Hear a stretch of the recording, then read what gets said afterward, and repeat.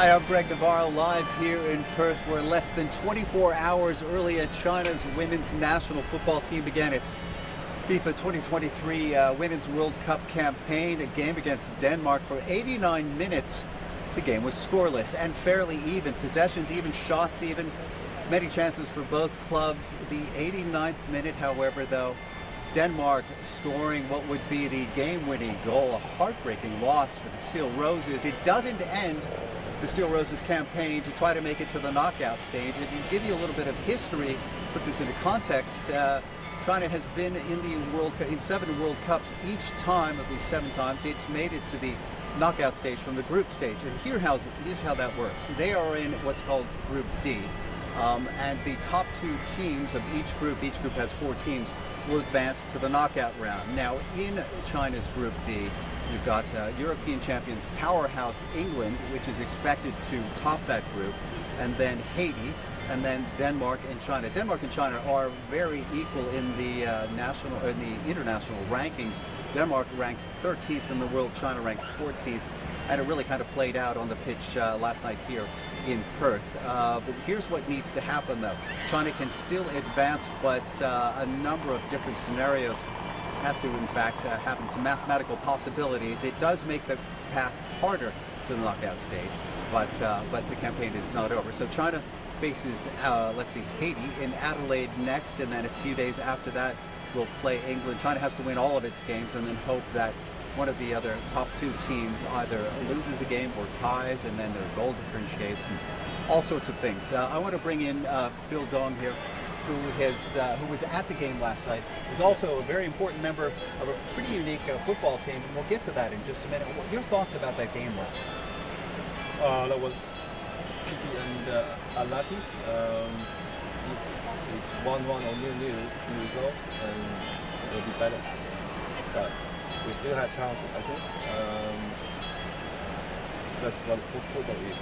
Everything could happen. How about just being able to see the Chinese women play, the national team, play on the international stage here in Perth? I mean, that doesn't happen very often.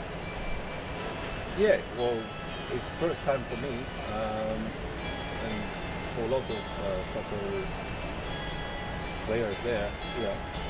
First time to see national team here, and we wish more and more come to Perth. I don't know if you've been, like me, trying to figure out the mathematical possibilities involved with China being able to finish the top 2 spots. It seems like a lot has to happen. First of all, England can't be quite as dominant as, well, look, China needs a draw at the very least against England within a week. Yeah, exactly. Well, we needed to win the next game first, and then see what's the result is in England. And also, Denmark is hiding result is important too. I mean, obviously, that's right. Denmark needs to lose, potentially to or even draw, as you mentioned. Yeah. So, like I said, the path got more difficult to the knockout stage, but certainly not over yet. And there seemed to be a lot of comments to the level of play last night. Both sides, a pretty highly skilled company. Yeah, that was a very good game. It was even with a real loss, but I was part of our Chinese women team. They played very well, just unlucky. And I know the coach has talked in the past, China's coach, about the difference between playing within Asia and playing a more European style of football. Arguably, there is a different level and different components to it. And China seems to be well on its way to I guess, adjusting to playing on that international stage. Oh yeah, obviously, they got their strengths and we got our strengths, and we play also 50-50. We all have our chances. We didn't control our chance, and we did. And that's it. Unlucky, I guess, is the best term. All right, look, I want to talk a little bit about the club that you have been a part of for a long time, and the emblem on your jersey there. Tell me about this club and why it's unique. Well, this club is we founded in 2006, and it's called Perth 06.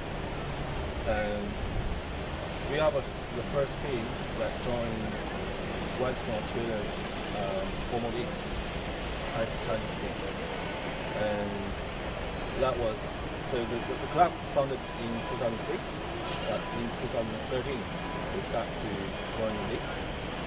And the first few years was amazing. We are top 3 of the game. And to put this into perspective, tell me about how popular the sport of football was within the Chinese community here in Perth at that time. Well, yeah, you know, on that time we are all students, so we got lots of students coming. I think we have 2 teams, 2 divisions. We have around 50 or even 60 players in our club, and there's more and more people just coming, join our team, enjoy the game. But after I think 2016 or 17, because of the age cap, so we're getting old and we got families, we got work to do, job to do. Yeah, it's just lack of players. You seem like a pretty modest person. I'm probably going to put you on the spot when I ask, but in your opinion, what do you think this team and its evolution has done for to raise the profile of the sport within the Chinese community? Well, as I said, we are the first Chinese team to join the Western Australia League, so which is showing to the other people that how we play soccer, and that the Chinese people in Perth to see we got the Chinese team to play soccer here, and if you want, you can join us. And the results, well, you're getting older, so you're going to need some younger players coming in, so it's certainly an invitation. Yeah, well, that was like one night we have a drink and chat, and I think we've been playing for this club together, all the Chinese people players, been in this club for 15 or 16 years. And now we're getting old, we got the age cap, we need the fresh players, but we need time. So we just think, well, why not we spread out? We go to the other club to see what the other club looks like. And then we can learn something and then we come back, start again. And look, I know you've got a match to play in a short time, but I want to ask you, I'll put you on the spot as far as China's upcoming games. Give me your predictions for the first game in Adelaide against Haiti. Oh, I think we can win the game, obviously, against Sweden, and hopefully we can draw with England or even win. I think it happen.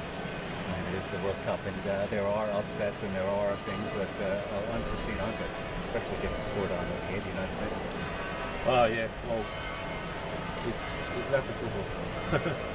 All right, Phil Don, thank you so much for taking time to talk to us, and good luck with the season. Okay, thank you very much. All right. So look, one of the things about this Women's World Cup here, remember it takes place in Australia and New Zealand. This one becoming the most attended.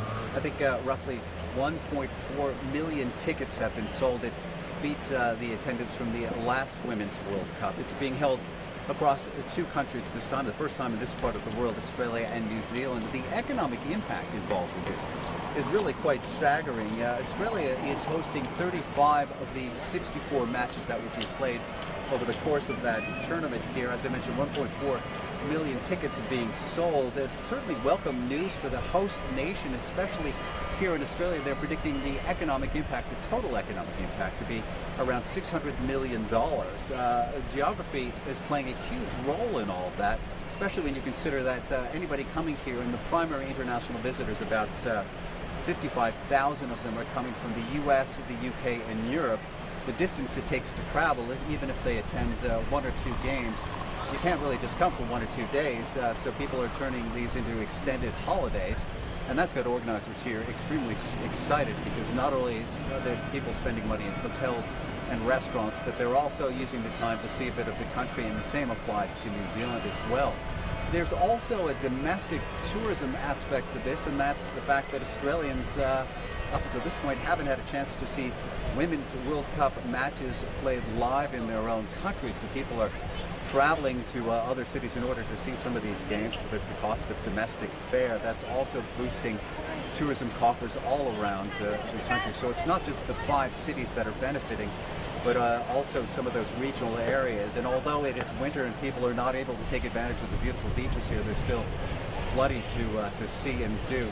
There's another interesting element to any country hosting a Women's World Cup event, and it's unlike what you would see with, say, the Olympics, for example, where it takes a great deal of infrastructure spending, spending millions, if not billions of dollars to create venues. With this particular Women's World Cup, all of the games are being played at existing venues, existing stadiums, so that really there's very little outlay from the host nation's perspective on a scale compared to some of those other, and it's just increasing the revenue as well and the economic impact. So again, China, heartbreaking loss less than 24 hours ago in its first game in this 2023 FIFA Women's World Cup, but still a couple more games to play in Adelaide in the group stage. And if all goes well as far as the mathematics that we've sort of been through, then there's still a chance that China could make it in its 8th World Cup to the knockout stage. A bit of a tough road, but still a chance.